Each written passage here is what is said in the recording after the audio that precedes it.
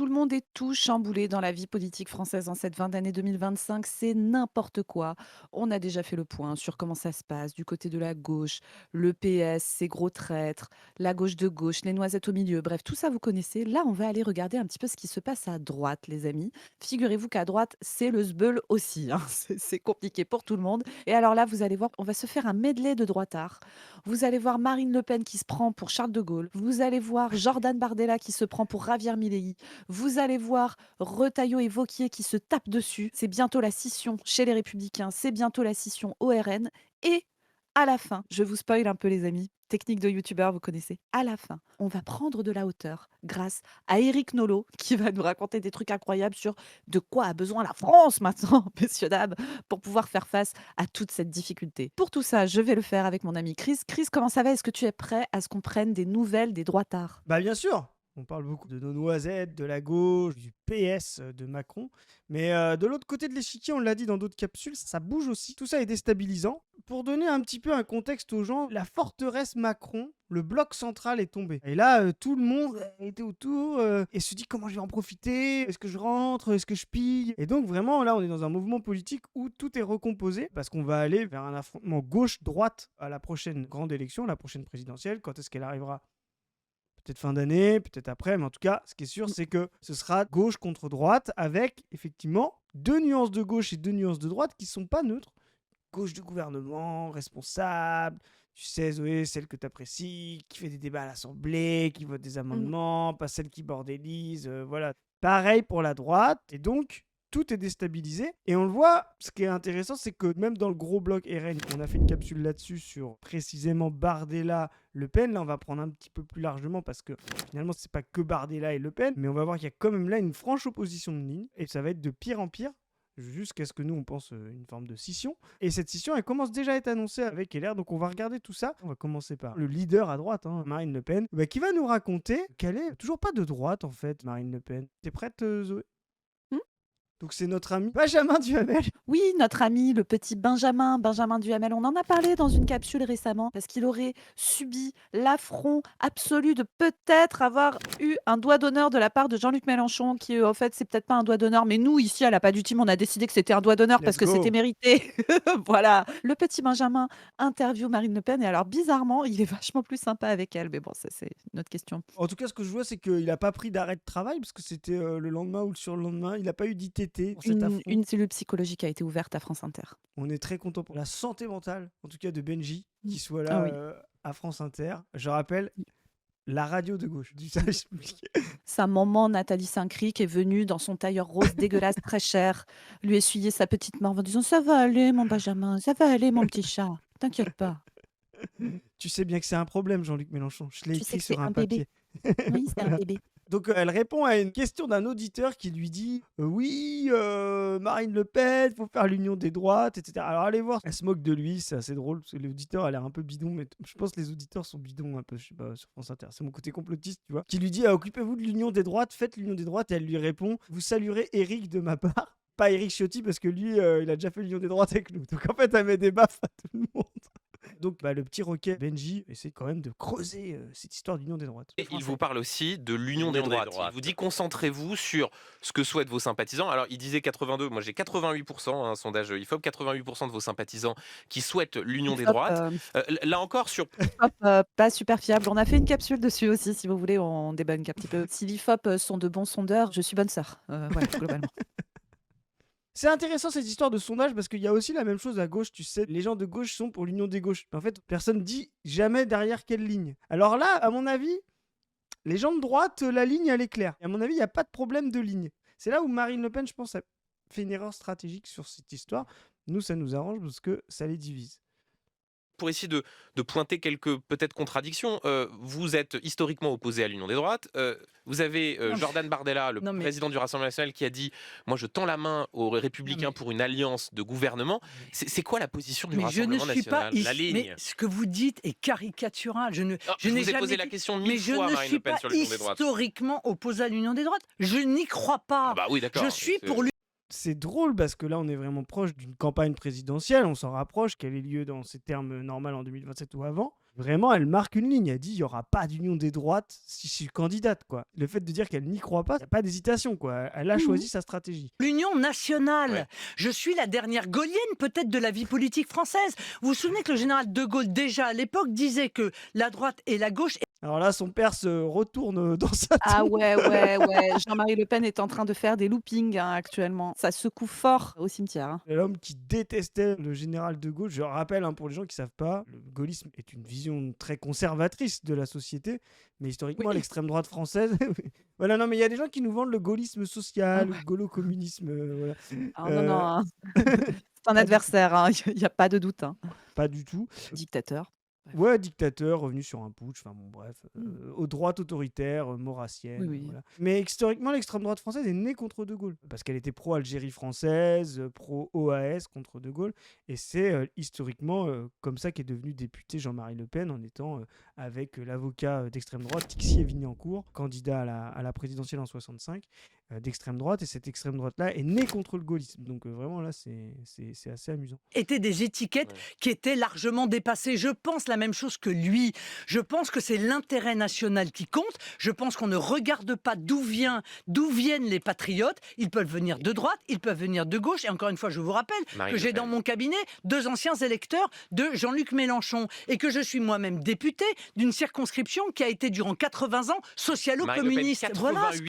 Ça, c'est vraiment son élément de langage du moment. Alors, on a fait une capsule où on parle longuement de ça, de la fable de il y avait des électeurs, notamment en ruralité, qui votaient communiste et qui maintenant votent Rassemblement national. On va pas refaire tout le développement, on vous renvoie à cette capsule dont on vous mettra le lien éventuellement en description. Mais en gros, c'est une fable, ça, hein. C'est pas ça qui s'est passé. La structure sociale des lieux a changé du fait de la désindustrialisation, etc., etc. Et en fait, le RN capte maintenant l'électorat ouvrier qui votait à droite. Il y a toujours eu un électorat ouvrier à droite, toujours, assez important, et dans certaines zones de France, notamment dans l'Est et tout, encore plus fort. Cet électorat-là ne vote plus à droite, mais à l'extrême droite, au RN, même si, bon, maintenant, idéologiquement, c'est pas toujours facile de faire la différence entre les deux.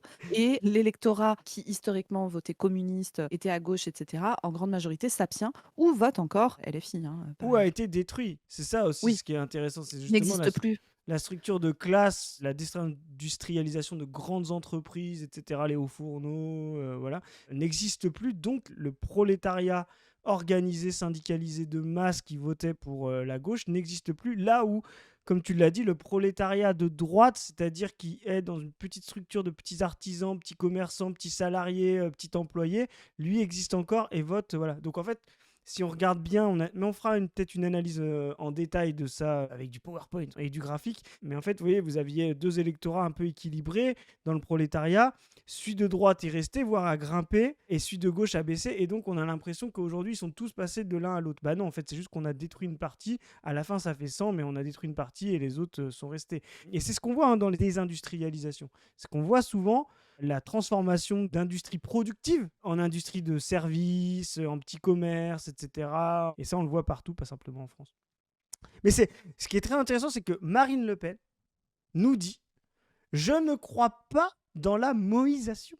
C'est ça qu'elle Oui. nous dit, Marine Le Pen. Oui, oui, Elle oui. est sur une ligne, et elle le sait, elle a profité de l'ascension de cette dernière période qu'on appelle, nous, la confusion, avant la moïsation. Elle croit encore à cette période-là du populisme confus, ni droite ni gauche, gaullisme, voilà, priorité nationale, la nation, les Français, cette unité-là.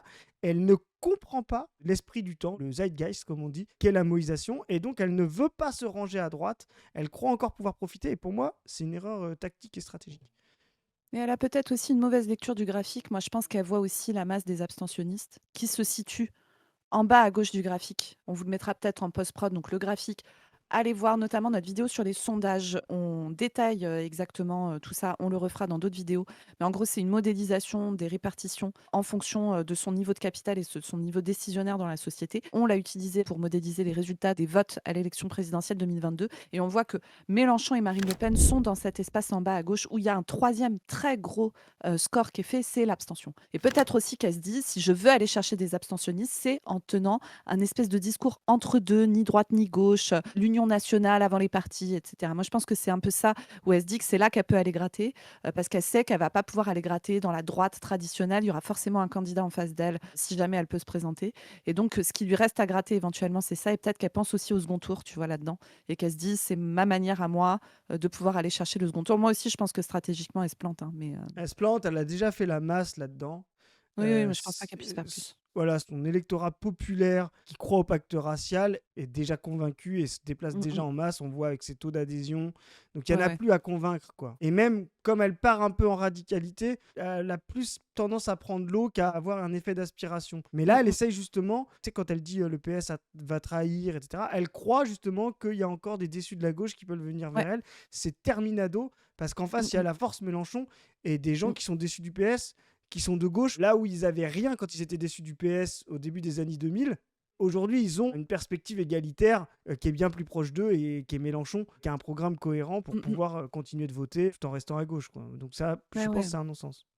Et contrairement à tout ce que racontent les éditocrates, et cetera, en fait, on voit vraiment que le premier barrage à Marine Le Pen, c'est l'existence d'une force radicale à gauche, c'est l'existence de la France insoumise et particulièrement de Mélenchon, quoi. Deuxième petit extrait de cette interview de Marine Le Pen à France Inter, vous allez voir, c'est assez court. Mais elle va parler de Giorgia Meloni, la chef du gouvernement d'extrême droite en Italie. Et vous vous souvenez, dans la capsule où on parle de la guerre fratricide au RN, on explique que dans l'espèce de fracture qui a lieu au sein de l'extrême droite en France, en fait, il y a une extrême droite un peu trumpiste. Ça serait plutôt la branche Marine Le Pen, le côté voilà, un peu protectionniste, ni droite ni gauche, dégagiste, populiste, en fait, vraiment. Et une extrême droite plutôt méloniste, dans laquelle chez nous, on pourrait mettre Jordan Bardella avec ses discours pro-business. Vous allez voir, on va, on va se mettre un truc après de Bardella, là, c'est un délire, hein. Marion Maréchal, qui est beaucoup dans ce discours-là aussi, qui ont un discours méloniste, presque milléiste aussi, du président argentin. Et vous allez voir, là, elle va mettre une petite balle à Mélanie. Oui. L'Italie Mais je de Mélanie, il y a pas non parce quelque que chose là, un mais modèle, que bah, vous regardez? écoutez, objectivement, la seule chose, qui est, Elle appréciable. galère, là, hein. Non, mais elle a de beaux cheveux. Ouais, Tu vois, machin, elle se gratouille, là, elle est là, ouais. ouais, bon. Non, mais en fait, la réalité, c'est que ça la fait chier qu'on lui dise: «Regarde, chez Mélanie, ça marche», parce que c'est pas sa ligne à elle. Mais c'est Donc surtout c'est que, ouais, elle doit avoir des gens dans son parti qui lui disent ça et mais qu'elle de envoie fou! chier, quoi. Voilà. Donc, Mais oui, de fou! même pas que dans son parti, je pense. Tu sais, l'après-midi, là, quand elle fait un gâteau le dimanche et qu'il y a sa nièce, là, qui doit lui dire Mmh, ça. c'est ça. Enfin, la seule chose, non, il y a plein de choses appréciables. Mais la chose que je jalouse, Le c'est mais, peut-être l'énormité du Le mai, hein, tu sais ce que ça veut dire, hein? C'est tout oui, ce qui est oui, avant le mai, ça c'est compte pas. bullshit. plan de relance qui a touché l'Italie et que nous allons payer, nous, la France, hein, parce que Ah bon, c'est. donc non mais alors Voilà. la Bon. réussite, les chiffres économiques de Giorgia Meloni, Oui, oui, non, non, ça c'est mais je minimise pas le. C'est ouf de dire ça! C'est-à-dire que tout le monde s'attend à ce qu'elle dise, bah ouais, c'est la ligne, l'immigration, machin. Elle ne reprend rien. Et quand on lui demande de parler de Mélanie, elle dit ouais, il y a plein de trucs bien. Mais moi, ce que je vais parler, c'est qu'en fait, elle est alignée avec l'Europe, elle a pompé de la thune. Et donc là, vraiment dans le protectionnisme, comme tu disais, le Trumpisme, Ouais. elle a pompé de la thune et c'est nous qui allons payer pour elle. Donc vraiment, c'est l'union des droites. C'est pour ça que je pense que vraiment Marine Le Pen va aussi être détestée par beaucoup de gens de droite et d'extrême droite, peut-être qui connaissent bien mieux l'univers des droitards, qui sont très européens, le pan-nationalisme européen, la race blanche, notre identité européenne et tout. Ça doit les rendre dingos, ça, d'avoir une espèce de nationalisme française, qui est une vraie logique d'extrême droite dans ce pays, Mmh. mais vraiment anti les autres pays d'extrême droite, quoi. Maurras, machin. Ouais, Maurras, c'est ça. Ouais. Là, vraiment, elle tient le discours maurassien, le slogan Ah ouais, maurassien qui était c'est la vraiment la France. la Ouais, tradition d'extrême droite française. je rappelle pour les gens qui ne savent pas, mais le slogan de Maurras, c'était la France seule. Donc, c'est Mmh. vraiment incarné dans ce qu'elle raconte. Maurras, l'action française, voilà, l'extrême droite, années 30, C'est 40. ça. Ce qu'ils appelaient le nationalisme révolutionnaire. C'est un Ouais. double aspect entre la tradition et la révolution. Pas du tout simplement des conservateurs Barrès, etc. C'est vraiment une espèce de transformation pour la réaction. Enfin, c'est vraiment le fascisme, quoi. Mélanie, mais enfin, avec 240 milliards de plans de soutien de Hein? la part de l'Union européenne, c'est. Nous aussi, avec Zoé, avec 240 milliards, on en fait des trucs, hein. Ah Même bah avec oui! la moitié, hein. L'Europe, donnez-le nous, c'est bon, hein. T'en veux Oui, combien, toi, moi des je fais milliards? des 240, je prends pour la santé, moi. Je prends pour la santé. C'est quand même, vous l'admettrez, plus simple de mettre en œuvre un certain nombre d'orientations. Voilà, je dis juste la vérité, vous savez, moi. Et encore une fois, je n'ai pas de modèle.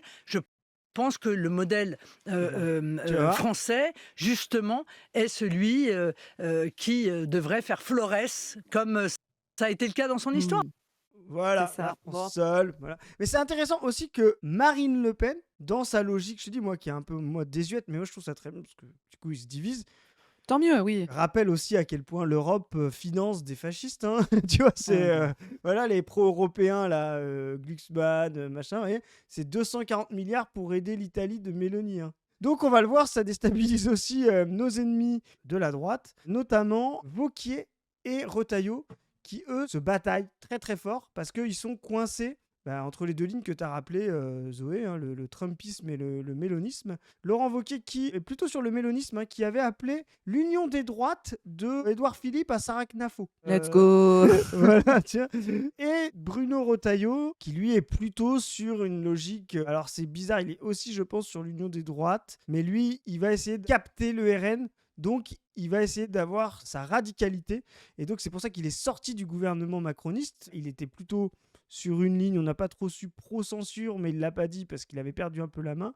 Là où Wauquiez reste sur la droite de gouvernement, Retailleau essaye de commencer à se placer sur j'ai récupéré la droite, qui est contestée par Wauquiez, mais je vais essayer maintenant d'aspirer l'extrême droite en étant anti-macroniste, anti-centre, anti-gauche. On l'a vu dans une capsule avec Finkielkraut qu'on a tourné avec Padu là-dessus. Et donc, ils s'affrontent là-dessus. On voit les partis de gouvernement qui explosent. C'est qu'il y a d'un côté la tête du parti et d'un côté la tête du groupe des députés. Mais ça a toujours été l'explosion des partis comme ça. Quand il y a Ouais, une ligne nationale et une ligne des notables députés, c'est classique, quoi. ça foire à chaque fois. C'est ça. Donc, entre le groupe animé par Laurent Wauquiez, donc président du groupe LR, et Retailleau, la scission se creuse au sein du parti. Compliqué. Lâchant coulisses dès mardi matin chez les Républicains. Le mot trahit une gêne évidente face à la suspension de la réforme des retraites, finalement annoncée par Sébastien Lecornu. En temps normal, la droite aurait hurlé, mais comme l'a justifié Laurent Wauquiez, la situation actuelle oblige à se concentrer sur l'essentiel, l'adoption d'un budget. Donc tu vois, cette Mmh. volonté de tenir le truc. Les responsables versus les bordélisateurs, quoi. Exactement. Marine Le Pen a trop d'hégémonie, mais il y a peut-être une proto-ligne qui est comme ça. Tout ce qu'elle a mis, genre on sent surtout, on sent surtout, on sent surtout, a dû quand même en agacer certains. Et Wauquiez, je pense, se dit le peuple de droite, si je Mmh. veux garder moi, ma position avec les artisans, les commerçants, qui ont besoin d'un budget, qui ont besoin de vision, avec les patrons, c'est comme ça que je vais pouvoir les avoir. Donc on va le voir, hein, une fois que ce budget sera voté, il va se passer des choses. Et donc, c'est de Bruno Retailleau qui nous dit, on va pas lire tout l'article, hein, mais voilà, pas question de renier ses convictions, il fallait pas aller au gouvernement, donc il a exclu tous les gens de LR qui sont rentrés au gouvernement, Rachida Dati notamment, Mmh. etc. Et il dit, tu vois, donc lui il a compris, son adversaire, là c'est vraiment l'union de la droite, hein, la gauche n'est pas au gouvernement, mais elle le dirige. Donc là il Mmh. dit vraiment, Retailleau, notre ennemi c'est la gauche, voilà, et lui il croit justement que c'est avec cette ligne du coup, Trumpiste, hein, Ouais. anti-woke, voilà, qui va gagner, qui va pomper l'électorat Marine. Donc on a un Wauquiez qui veut essayer de pomper Bardella, un Retailleau qui veut essayer de pomper Marine Le Pen, un Retailleau qui va sur du Trumpisme, un Wauquiez qui va sur du mélonisme, et on voit que l'affrontement au RN se duplique à LR. Ouais, c'est intéressant de voir ce qui se passe à droite, hein. Mais là, on est vraiment dans un moment de recomposition complète du paysage politique. C'est passionnant à regarder. C'est aussi, comment dire, il y a des enjeux tellement énormes pour l'avenir du pays derrière. Nous, ça nous renforce vraiment dans l'idée que là, on est dans un moment pré-révolutionnaire, hein. Quand on voit comment l'équilibre des forces est en train de se bouleverser aussi, ça va bouger très fort dans les prochaines années. Et là, c'est un enjeu majeur pour nous à gauche de comprendre ce qui se passe à droite pour les niquer, hein, évidemment, et de faire ce qu'il faut dans notre camp. Parce que quand ça bouge très fort, ça peut aller pour le pire et pour le meilleur. On vous rappelle, hein, que ça sera eux contre nous à la fin, socialisme ou barbarie. Donc il faut bien les connaître pour pouvoir bien les combattre. Et là, vous allez voir, très intéressant, que Bardella est vraiment en train de bifurquer complètement par rapport à la ligne du RN qui avait été instaurée par Marine Le Pen. C'est la ligne Philippot, un peu protectionniste, un peu sociale, tu sais, qui Qu'elle a se... vendu juste à l'instant, ouais. Ouais, et qu'elle vend encore, même si je trouve qu'elle est moins franche qu'elle était, Oui, oui. tu vois, à l'apogée de la période Philippot en 2012, et cetera. C'est quand même moins franc maintenant, mais elle continue à tenir cette ligne et là, vous allez voir Bardella, les gars, nous tenir des discours. Genre le mec, c'est Javier Milei, mais littéralement. Un discours Fillon 2017 aussi dans la Ouais, exactement. philosophie. C'est vraiment là, vous allez voir, les services publics, les machins, les trucs, il est plus question de ça, hein. Là, c'est vraiment, du libertarianisme, hein, de l'ultralibéralisme. Bah ouais, c'est intéressant. Et puis là, on voit qu'il se lâche parce que justement, la période, le cornu, démission, dissolution est passée. Donc là, il peut plus faire l'unité derrière le parti, derrière Marine Le Mmh. Pen, qui conduisait vraiment les travaux. Moi, vraiment, ce qui Ouais. m'a choqué pendant cette période-là, c'était vraiment, elle se disait, c'est moi qui conduis la campagne. Ce qui n'avait pas été le cas en 2024, c'est lui qui avait conduit la campagne. Elle a vraiment conduit, elle était vraiment à part. Et là, il reprend du truc. Et là, vraiment, on va voir la différence avec ce qu'on vient de voir juste avant sur France Inter. Honnêtement, je vois pas comment ce parti peut tenir avec C'est un ça. écart de ligne aussi fort, quoi. Comment la droite même peut tenir. Autant, tu vois, dans le bloc de gauche, tu te dis c'est les partis qui vont bouger, mais ils vont rester unitaires. Peut-être tu auras une Ouais. branche du PS qui va se barrer. Là, tu Mmh. sens qu'il y a 2 lignes à tenir. Il Ouais. faut une recomposition à droite, quoi. Mmh. Voudra dire faire maigrir l'État. Vous savez que s'il y a toujours plus de normes, c'est aussi Bien parce sûr. qu'il y a toujours plus de fonctionnaires. Marine Le Pen, dans cette même émission, a fait sensation à la question est-ce que vous êtes prêt à faire moins de fonctionnaires? Elle avait dit c'est un truc de droite. Alors, ça avait provoqué C'est un truc de fou qu'elle ait dit ça. Truc de zinzin. C'est vraiment un truc Regarde de sa tête. Regarde sa tête. Ouais, Là, il se dit vraiment. je monte au créneau, je vais tuer la chef. C'est Ouais. ça qu'il se dit là. Regarde. Voilà. Et en plus, c'est genre, je dois donner des gages au MEDEF, Ah alors ouais. que l'autre, elle fait n'importe quoi avec son truc national protectionniste, quoi. Et en vrai, beaucoup tu sais, je d'agit. peux pas m'empêcher de me dire qu'il joue ses financements aussi, la Bardella. Parce que s'il veut partir hors appareil RN, il va avoir besoin de gens derrière, tu vois, et notamment de financement. Là, ce qui est intéressant de Bardella, c'est que Retailleau joue une bonne carte, mais elle peut pas payer tout de suite. Il paraît affaibli. Moi, je pense que c'était un bon move, parce que sinon, il aurait été coincé à terme, donc il fallait qu'il se barre. Un peu comme le Sarkozy de 2005 qui avait Ouais, quitté, ouais, tout ouais. le monde avait dit, tu vois. S'il partait maintenant, en disant Marine Le Pen fait n'importe quoi, elle veut déstabiliser l'État, tout censurer, machin, on pourrait presque avoir le lead sur Retailleau. Là où, dans quelques mois, c'est... voilà. Citation. Est-ce que vous êtes prêt à diminuer, oui ou non? Oui ou non? Parce qu'on voit bien que l'amaigrissement de l'État est un sujet central. Pour l'instant, les prélèvements obligatoires restent champions en France, encore Absolument. dans ce budget. Absolument. Faire maigrir l'État, moins de fonctionnaires, est-ce que vous y êtes prêt? Il faut évidemment faire maigrir l'État. Mais moi, je me méfie de ces Waouh. réflexes qui consistent à Évidemment. Comme si Évidemment. c'était une évidence. Tu sais, l'hôpital est par terre, l'école est par terre, la justice est par terre, c'est l'enfer, l'aide sociale à l'enfance est par terre, l'université est par terre. Enfin, c'est vraiment la recherche publique est dans un état catastrophique. Et le mec, il est là, évidemment. C'est vraiment les droitards quand même, mais le Ça- monde de zinzin qui existe dans leur tête là, mais c'est fou. C'est Ça, c'est vraiment le truc de droite, quoi. Quand vous entendez faire maigrir l'État, vous savez que vous êtes face à quelqu'un de droite, quoi. dire le problème de la France, à trouver des boucs émissaires. Le problème de la France, c'est Bernard Arnault. C'est trop de riches. Le problème de la France, c'est les fonctionnaires. Oh, Le problème de la France, c'est la C'est marrant, c'est qu'il met genre, les les deux sont fonctionnaires- sur le même plan. Tu vois. Les fonctionnaires, tu sais, les meufs à la fonction publique territoriale qui sont payées 800 balles sur des postes à temps partiel pour faire le périscolaire un petit peu le matin, un petit peu en fin de journée à l'école, c'est la même chose que Bernard Arnault, tu sais, en termes de niveau de problème de la France. Non mais Moi, je demande aux gens, dinguerie, hein. posez-vous la question de votre vie, comment elle serait si demain, il n'y avait plus de tout fonctionnaire, ou si demain, il n'y avait plus du tout Bernard Arnault, pour voir si c'est pareil. Si c'est Bernard Arnault, est-ce que votre vie change? Pas sûr. S'il n'y a plus du tout de fonctionnaire, je sais pas ce que j'en pense Zoé, mais ça peut peut-être oui, avoir un c'est- impact un peu plus important. Alors moi, globalement, c'est pas Bernard Arnault qui me brancarde quand je vais aux urgences parce que je me suis pété la jambe. C'est pas Bernard Arnault qui apprend à lire à mes gamines. C'est pas Bernard Arnault qui fait en sorte d'entretenir appelé, les hein. espaces verts de la commune. Il n'est pas venu. J'étais là, Bernard, Bernard, la petite entre CP. Narbé, s'il te plaît. plaît. Narbé, passe Allez. un- Allez. Et je suis là, je suis sur 2 patientes là. Entre midi et 2, tu peux aller là. Non, il n'est pas venu, Bernard. Donc, c'est dommage. la dépense publique. Bon, il y a évidemment du vrai dans tout cela. Trop Donc, de fonctionnaires? il faut... Alors, nous allons réduire le train de vie de l'État. Il y a trop de bureaucratie. Ça, Ah. c'est discours de droite. Nous allons commencer par réduire le nombre d'opérateurs publics, réduire le nombre d'agences. Ça veut donc dire que nous allons d'abord, dans un premier temps, couper Et ça, c'est le plan Bayrou. Hein. C'est vraiment C'est les trucs exactement de ça. droite. les dépenses de publicité. On peut citer l'ADEME, on peut parler des agences régionales de santé Attends. qui viennent ajouter L'ADEME, les agences régionales de santé. Tiens, passe des. C'est intéressant là son discours, tu sais, le truc sur les publicités. Moi, ça me fait marrer parce que j'ai vu plein, il y a 2 ans, je dirais, il y a je sais plus quel hôpital de France qui s'est fait épingler parce qu'il avait changé de logo et que ça a coûté 180 000 €. avais plein, notamment de médecins de droite de Twitter qui sont vraiment mes meilleurs copains. Alors, ils sont un peu partis là ces derniers temps. Je me frite moins avec eux, ça me manque d'ailleurs. Les médecins de droite de Twitter, est-ce que vous pouvez revenir m'agresser, s'il vous plaît? C'était vraiment un passe-temps intéressant pour moi. Premier degré, j'aime bien. Mais et donc, eux, tu vois, c'est vraiment des mecs qui sont là, gna gna gna, trop de charges et gna gna gna, tu vois, ça veut pas payer l'URSSAF, ça veut pas payer machin. Enfin, vraiment les pires gars, quoi. Ouais, quand même, le problème, c'est qu'il y a les patients, ils profitent. S'il y a plus assez de place, c'est qu'il y a des gens, ils viennent pas à leur rendez-vous. Enfin, vraiment que des conneries. Ou en plus, tu sais, c'est censé être des mecs scientifiques et tout. Et quand tu leur sors les chiffres, ils sont là. Oui, mais moi, personnellement, j'observe que. T'es là, oui, bon, Ouais, c'est d'accord. ça. Bref. J'ai un Et ami eux, qui. tu vois, ils avaient tous pété les plombs sur cette histoire du logo à 180 000 balles. Genre, ouais, on nous dit que y a pas assez de moyens pour l'hôpital public et tout, mais regardez comment la thune est dépensée et tout ça. Et à chaque fois, j'arrivais en disant, hé les copains, 180 000 balles, c'est ce que coûte un lit de réa pendant 1 mois et demi, tu vois? Donc ça représente un peu, mais à l'échelle du budget de fonctionnement d'un hôpital, mais c'est rien du tout. C'est Même rien le du tout. petit hôpital de proximité de chez moi, le budget, c'est des millions et des millions et des millions d'euros par an. Enfin, c'est un hôpital, c'est des budgets monstrueux, 180 000 balles, c'est pas beaucoup. Alors moi, je suis pour qu'on fasse gaffe à comment on dépense l'argent public et tout. Mais en fait, ça devient un argument pour les droitards, c'est de dire ouais, mais l'argent est mal dépensé, nanana et tout.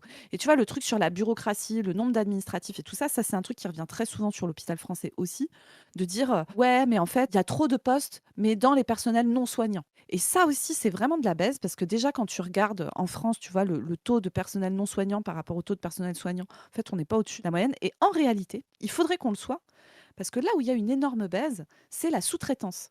C'est-à-dire que, par exemple, dans les personnels non soignants, vous avez par exemple des mecs qui vont gérer les installations électriques de l'hôpital, réparer les trucs quand il faut les réparer, les mettre aux normes quand il faut les mettre aux normes, les améliorer, etc. Ces mecs-là, soit vous avez un mec qui bosse dans l'hôpital, qui est salarié de l'hôpital et qui s'occupe de faire ça.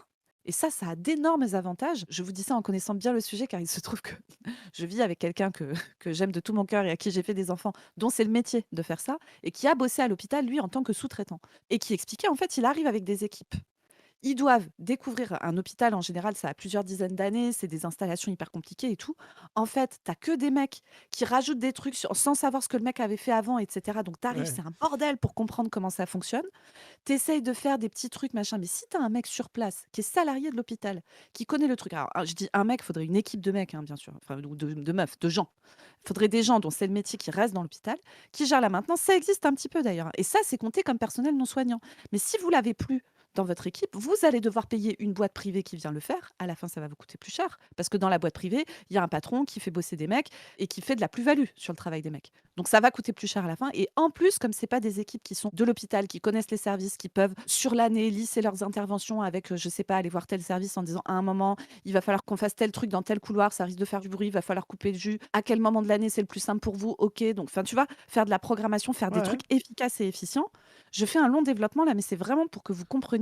Ça, c'est des trucs de droitards qui ne savent pas bosser. Je le dis premier degré. C'est des gens qui ne comprennent pas comment on organise le travail de manière efficace et efficiente. Les droitards se font toujours passer pour les gens, la valeur travail, nanana. Ils ne comprennent rien à comment on bosse bien. Et donc, quand on vous parle de personnel non soignant dans les hôpitaux, c'est très bien qu'il y ait du personnel non soignant dans les hôpitaux. Moi, je connais pas de gens dans l'administratif à l'hôpital qui ne branlent rien. D'accord. Alors, peut-être qu'il y en a, mais beaucoup moins que dans des boîtes privées. Moi, le peu d'emplois que j'ai eu dans des boîtes privées, je vous jure qu'en termes d'échelon de décision de mecs qui servent à rien, il y a des trucs à dire, hein, genre vraiment. Et moi, tu vois, les meufs qui font du travail administratif, le secrétariat, machin, mais c'est des boulots. Certes, c'est pas un boulot soignant, mais c'est des boulots absolument nécessaires à ce que le soin fonctionne. Tu ne Bah, peux c'est pas ça. soigner si tu n'as pas ces meufs-là. Donc, c'est vraiment une vue de l'esprit de penser que tu peux faire du soin sans personne qui gère l'administratif, sans mec qui gère la sécurité, sans mec qui gère la maintenance, sans personne qui gère la logistique, aller chercher à la pharmacie centrale les médocs, les dispatcher dans les services et tout. Enfin, c'est des boulots importants. Mais Et soit tu fais ça, pareil pour le ménage. Pour le ménage, maintenant, tu vois, tu payes des boîtes privées honnêtes, etc., pour aller faire le ménage des communs dans les hostos. C'est l'enfer. Ça coûte encore plus cher, alors que ça pourrait être des personnels qui font partie de l'hôpital. Ça pourrait même être une tâche qui tourne entre les personnes, comme c'est une tâche qui est fatigante et machin. Dans les gens qui bossent dans l'hôpital, tout le monde prend 2 heures par semaine. C'est son tour pour faire le ménage. Enfin, voilà. Bref, tout ça pour vous dire que tout ça est une fable et c'est du foutage de gueule. on avait fait une capsule sur l'économie, tu sais, avec Julien Rochdy, tous les deux. Les économistes, libéraux ou libertariens, c'est vraiment des gens qui ne comprennent pas comment fonctionne plus que l'économie, la production. C'est-à-dire que même le capitalisme, pour eux, ne fonctionne pas bien parce qu'en fait, il est déjà trop planifié, trop organisé pour eux. Et ils ont l'impression que 4 petites entreprises c'est pareil qu'une seule avec 4 personnes. Tu vois, 4 petites Oui. entreprises de 1, c'est pareil qu'une seule avec 4 personnes. Bah non, Mmh. en fait, justement, c'est ce qu'explique Marx. Une entreprise qui fait un produit avec 4 personnes organisées, planifiées, c'est plus performant et efficient que 4 petites entreprises qui font tout seuls le même produit et qui se mettent en concurrence sur le marché. C'est pour ça que tendanciellement, le capitalisme et les entreprises qui fonctionnent ont tendance à grossir, en attraper d'autres et planifier leur organisation. Il n'y a rien de plus planifié qu'une entreprise mondiale à plusieurs échelles, etc. L'organisation interne d'une entreprise comme, je sais pas, Walmart ou Apple ou machin, c'est de la planification de A à Z. Vraiment, ils ne comprennent pas ça. Et donc, comme tu dis, ils ne comprennent pas effectivement l'intérêt de massifier, de socialiser. C'est ce que disait Marx quand il parlait de la socialisation tendancielle des forces de production, c'est qu'elles recouvrent toute la société. Voilà. Ça, ils ne comprennent pas ça. Et donc, ils ne comprennent pas qu'effectivement, demain, ce sera une catastrophe si tu commences à casser en morceaux, c'est-à-dire à revenir à un capitalisme archaïque, embryonnaire, de la fin du 18e ou du début du 19e. Et ça, vraiment, le pire là-dedans, c'est les économistes libertariens. C'est vraiment les plus crétins de la bande, quoi. Comme d'hab avec les libertariens, on Ouais, n'est c'est jamais ça. déçus. C'est vraiment les gens les plus cons du Ah monde. ouais, ouais, non, mais c'est nous, on a fait des vidéos là-dessus avec Padu, là, mais sur Mos Majorum, par exemple. Lui, c'est vraiment... C'est Ah la oui, Ligue lui, il des est bête, hein. Champions. C'est lui de Il la est Ligue bête. des Champions de l'aplomb crétin. On a fait un pailleton droitard sur 2 libertariens aussi, si vous voulez. Le Guise et Ah Oseille oui. TV, c'est son vrai nom. Vraiment, allez voir, on parle notamment de la vision libertarienne de la gestion de la sécurité et de la gestion de la santé. C'est Le Guise en Colombie, vraiment, moi, ah ouais, ouais, qui un explique qu'en chef-d'œuvre. fait, le mieux, c'est d'être au milieu des narcotrafiquants, en fait. Voilà. Vous n'avez pas de problème quand les narcotrafiquants sont de votre côté. Ouais, c'est C'est ça. un projet comme un autre. Ouais. Un échelon dans la gestion de la santé en France. Je pense que la santé devrait être gérée à la fois par le ministre de la Santé et par un préfet délégué à la santé dans les départements. Mais l'État est Ouais, aujourd'hui c'est ce que font obèse. les ARS, mais bon. C'est ça. C'est les ARS, hein. Les ARS départementales, c'est des antennes du ministère de la Santé dans les départements, enfin littéralement, hein. Il faut évidemment alléger la bureaucratie d'État. Il y a trop de fonctionnaires dans les bureaux et pas assez de fonctionnaires sur le terrain. Il y a trop Ouais, de... c'est ce que je disais. C'est ce que je disais là sur l'hôpital, ils disent ça aussi. Mais ça, c'est des plans qu'on voit chez tous les consultants, McKinsey, BCG, etc. C'est- Tu as de dire, Bah là, c'est il y a trop d'ETP en support, voudrait Ouais, plus ouais. en déployer sur le terrain. À la fin, tu te rends compte qu'ils enlèvent des ETP en support, mais ils les déploient pas non plus sur le terrain parce qu'ils font aussi de la rationalisation. C'est vraiment des paroles de cost killer. C'est très intéressant parce que ça, c'est vraiment des paroles de managers de discours de droite presque macroniens en fait. Mais la réalité, c'est qu'il s'est fait conseiller par les mêmes mecs que Macron, là, quand il Exactement. sort ça, là. Alors, je fais la traduction ETP, c'est équivalent temps plein, donc Ouais. c'est le nombre d'emplois à temps plein. Et oui, c'est un truc très habituel. Et à chaque fois, moi, j'ai envie de dire aux gars comme McKinsey, et ton équivalent temps plein à toi Est-ce qu'il serait pas un peu en trop? C'est clair. Il Ah coûte quand même ouais, 8000 balles la slide, ce genre de con, là. ouais. Rends l'argent, McKinsey. Hein, Ah ouais, rend l'argent de fou, hein.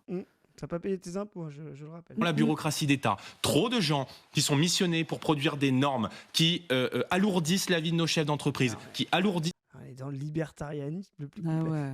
la vie du pays, et pas assez de policiers, de soignants, d'enseignants ou de gardiens de prison en première ligne. Donc, nous allons remettre de l'ordre dans la gestion. Mais ça, tu vois, c'est genre, demain, t'es très content d'avoir 3 enseignants dans une classe, mais en fait, il n'y a pas d'électricien pour faire marcher la lumière. Ou, tu vois, c'est C'est vraiment... ça. Mais... Ni de meufs pour gérer les dossiers d'inscription des gamins, gérer les remplacements, Bidule est malade, il faut trouver un prof pour le remplacer, tout ça. Du Mais coup, ça, c'est quoi? c'est... C'est les c'est- enseignants qui, en plus de faire classe, doivent gérer ça? Une bande de Bah, on a fait débiles. des capsules aussi sur cette incompréhension, justement, de montrer qu'il n'y a pas de bullshit job et que finalement, la structure de support sert justement la structure qui apparaît comme productive. En fait, tout ça, on ne peut pas séparer. L'idée même de séparer des entités du process n'a aucun sens. Mais ça, c'est ce qu'on appelle le fétichisme de la marchandise quand on fait ça. C'est-à-dire quand on croit qu'il y a des rapports sociaux objectifs, voilà, sur les producteurs et puis d'autres qui sont faux ou voilà. On a fait des capsules sur ça avec Tatiana Vento, avec Padu. Mais là, il est vraiment là-dessus. Ah bah ouais, un plombier, un flic, je sais à quoi ça sert, un enseignant, je sais à quoi ça sert. Bah oui, mais derrière, il y a toute une structure matérielle, des réseaux, des connexions, comme tu l'as bien expliqué, qui permettent qu'il fasse son travail, tu vois. Enfin, De l'État. Nous allons Alors- évidemment diminuer le train de vie de l'État. Et si demain nous avons la possibilité de le faire, dès la première année, nous allons réaliser un plan d'économie. Nous présentons un contre-budget le 23 octobre Voilà. sous la responsabilité de Jean-Philippe Tanguy. Un peu plus de 4 milliards d'euros dès lors dans les agences publiques, en coupant notamment une partie des dépenses de fonctionnement. Mais nous allons... Voudra dire fait. Voilà, 4 milliards. Donc voilà. Bardella, un autre Macron est possible, hein. Voilà. Alors, ce qui est trop marrant, c'est qu'il y a des libertariens en dessous, je sais pas, qui se foutent de sa gueule en mode ah, 4 milliards, c'est pas assez. Vraiment, pour eux, c'est jamais assez, quoi. Je te propose qu'on finisse cette belle capsule sur un peu de hauteur, parce que tout ça, c'est de la politique politicienne, de la tambouillerie, Zoé. Le petit Voilà. bonbon de la fin, notre représentant de la gauche d'extrême droite préféré, j'ai nommé Éric Nolot. Éric Éric Nolot. Aïe, aïe, aïe. Éric Nolot à CNews, la chaîne de gauche par excellence, Voilà, de Bolloré, le mécène de gauche par excellence, lui aussi, alors qu'il évidemment. parle d'un livre écrit par Éric Zemmour. Oui. Et qu'il a préfacé Voilà. en tant Mais qu'homme de gauche. si vous n'avez pas préfacé un livre d'extrême droite, voilà, vous ne pouvez Oui, pas vous dire vous de avez raté gauche. votre vie. Voilà, Mm. vous êtes de la gauche de Marcel Déat, de la gauche de Doriot, voilà, cette vraie gauche, cette vraie tradition. Hein. Celle qui a voté les pleins pouvoirs à Pétain et qui ne s'en est pas Voilà. contentée, qui était à Vichy et en première ligne. Voilà. Donc Éric Nolot, c'est Pierre Laval. Voilà, c'est vraiment cette petite merde de Pierre Laval qui a sombré. Renseignez-vous comment a fini Pierre Laval. Je ne souhaite pas que Éric Nolot ait la même fin, mais en tout cas, c'est pas joli sa trajectoire. Donc il nous dit le nouveau livre d'Éric Zemmour touche aux questions essentielles de notre temps de crise. À chacun ensuite d'apprécier les solutions qu'il propose. Le racisme, la nécropolitique en Méditerranée, ouais, chacun d'apprécier. Après, il faut être objectif. Oui, On n'est ni oui. droite ni gauche. Faut pas avoir Voilà. préjugés sur ces choses-là. Mais nul, nul penseur de bonne foi ne peut ignorer cette contribution d'ici. C'est là où on voit, on a parlé longtemps de l'imposture de gauche de Éric Nolot. Je crois que ce n'est plus approuvé. Oui, Je pense que l'imposture intellectuelle d'Éric Nolot, quand on pense que Éric Zemmour est un penseur, vraiment, on est au bas de l'échelle. j'ai lu Le Premier Sexe où il explique que c'est terrible, il y a des hommes, ils s'épilent le torse et ça, c'est un peu la perte de la virilité. C'est pour ça que la civilisation passe par à volo. Bon, c'était avant que la muscu soit hyper à la mode chez tous les jeunes mecs d'extrême droite qui sont tous parfaitement épilés du coup. Mais bon, c'est un détail. Vraiment, Éric Zemmour est un crétin. C'est un Ah oui, type qui n'a ah, il aucune est bête, hein. pensée, n'a aucune vision du monde d'ailleurs, ça se voit sur ses stratégies politiques. Un répéteur de citations, c'est un sous-Finkielkraut. C'est vraiment le sous-Finkielkraut de plateau télé. Mais vraiment, Zemmour a aussi construit son hégémonie là-dessus, sur des populations blanches, rurales, qui n'ont pas accès à la culture et qui ont cru que savoir citer le général de Gaulle, savoir Oula, citer... oula, oula, c'est pas ça le cœur de l'électorat d'Éric Zemmour, mon Chris, hein. Le cœur de Et... l'électorat d'Éric Zemmour, je vous rappelle les plus gros scores d'Éric Zemmour, c'est Saint-Tropez, Ouais, Neuilly-sur-Seine, le 16e. Versailles. C'est la grande bourgeoisie. Mais les gars, sur internet, les petits droitards qui le sucent, oui, c'est des gros incultes. C'est des profonds incultes qui ne comprennent rien à la C'est ça. politique. Et Qu'un qui d'ailleurs peu ont cru au vote caché Zemmour, qui ont cru que le mec allait faire 30%, hein, petite bref. classe moyenne, Ils tu n'avaient pas le sais. graphique, ils peuvent pas savoir. Petite pensée émue pour Erga. Tu vois peut-être pas qui c'est. Non, je Vous vois pas aussi, qui vous c'est. voyez peut-être pas qui c'est. C'est une débile qui fait des vidéos d'extrême droite sur Internet et qui avait mis, qui était à fond derrière Éric Zemmour à la présidentielle 2022 et qui avait mis une magnifique casquette bain voyant. Voilà, pour te dire le niveau. Et vraiment très, très, très jolie casquette. Ça lui va très bien. Donc il va nous raconter à CNews à quel point la contribution vaut, à mon avis, je pense, critique de la raison pure de Kant en son siècle, ou Facile, l'être ouais. néant de Sartre après la guerre. Je pense que ça doit être, Mm, ça mm. doit être de ce même niveau. On va commencer l'extrait pour vous montrer à quel point l'intellectuel Éric Zemmour est décisif avec cette phrase qu'il a dit.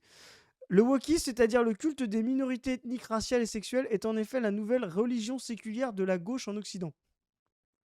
C'est le grand penseur. Oh, on souffle, hein, on souffle de fou. Putain, déjà, mec, déjà, t'es coincé en 2016. Bon, bref. C'est ça. Même Trump est un peu sorti de ça. Vraiment, ces gens sont anachroniques, quoi. Et dis-toi qu'il y a un pigiste de CNews qui a lu cette phrase et qui s'est dit c'est vraiment celle-là qu'il faut qu'on CNews, mette de côté et qu'on mette en évidence.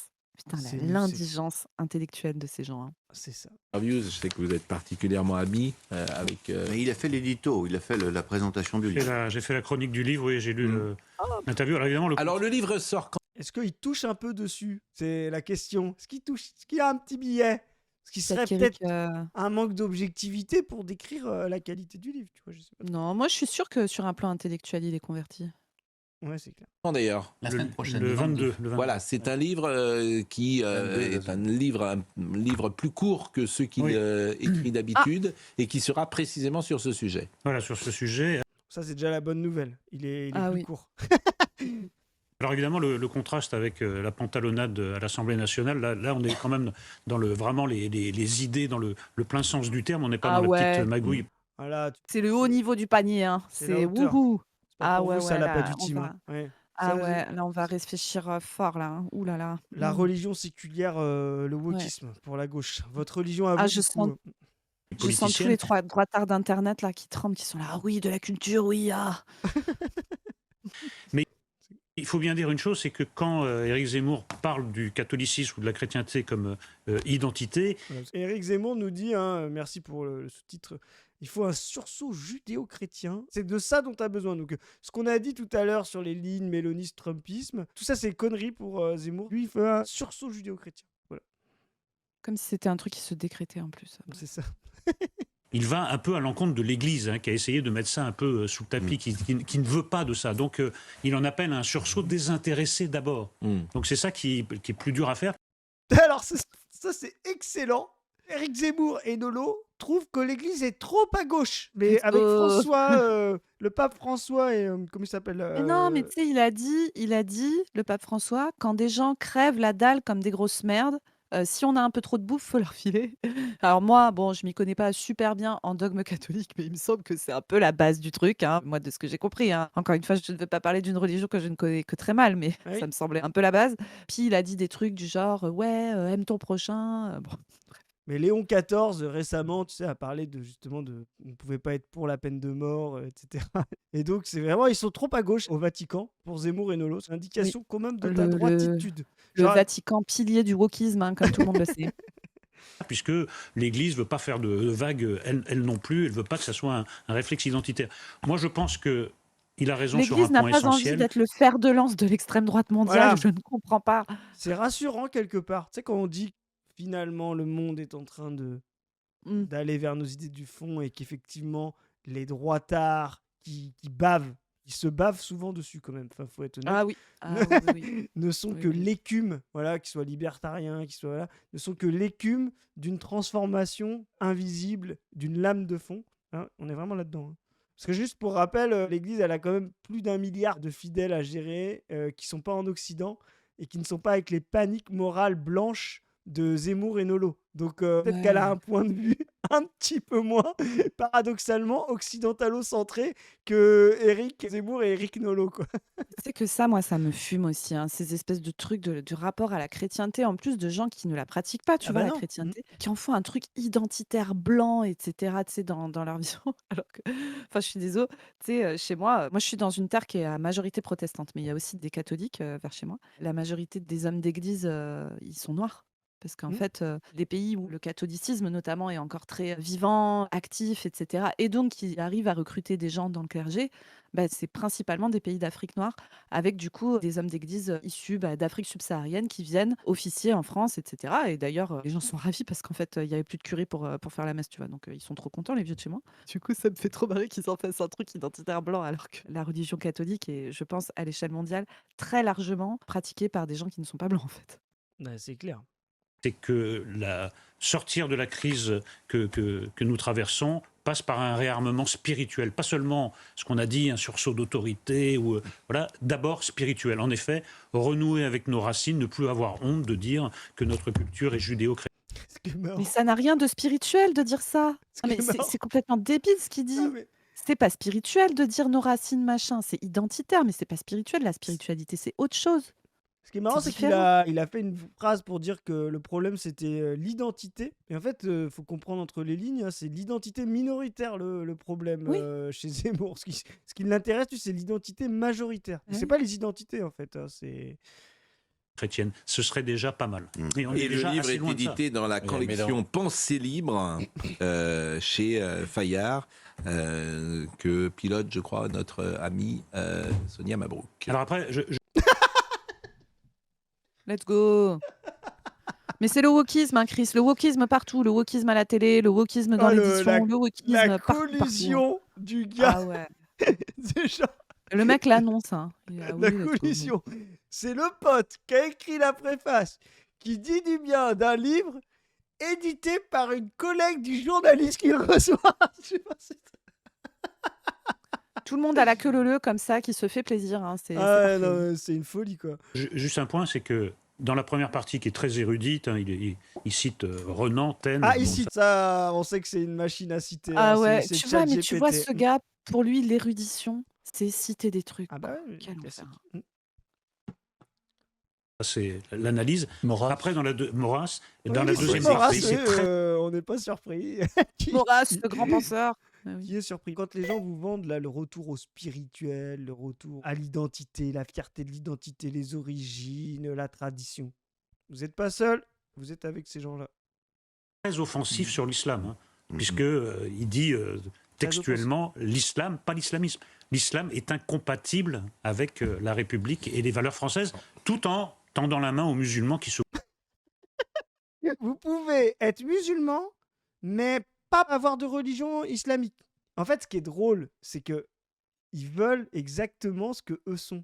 C'est-à-dire des chrétiens athées, ils veulent des musulmans athées. Ils veulent cette forme de non-religion qui serait juste une culture. Voilà, c'est vraiment c'est significatif du tragique, de l'horreur, de la violence sociale et normalisatrice qu'ils sont en train de porter et de la bêtise de tous ceux qui croient à cette logique culturelle. Vraiment, quand vous entendez le culturel, faut revenir à du culturel, machin, mais sortez les crocs, quoi.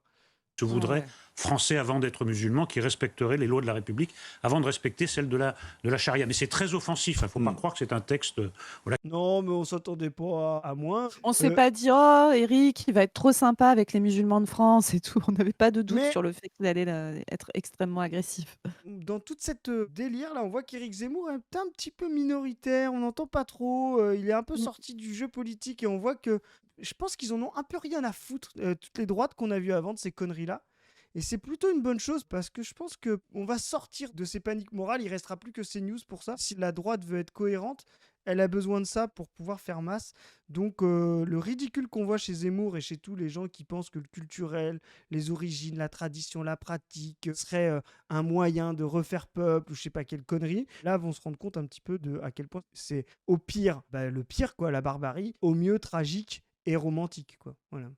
Ouais, carrément. Et tu vois, moi, ça me fait marrer quand il parle de spiritualité parce que, en fait, il parle de trucs. Moi, tu vois, je comprends que le cœur d'Éric Nolot soit vide et sec, tu vois, dans sa vision du monde, etc.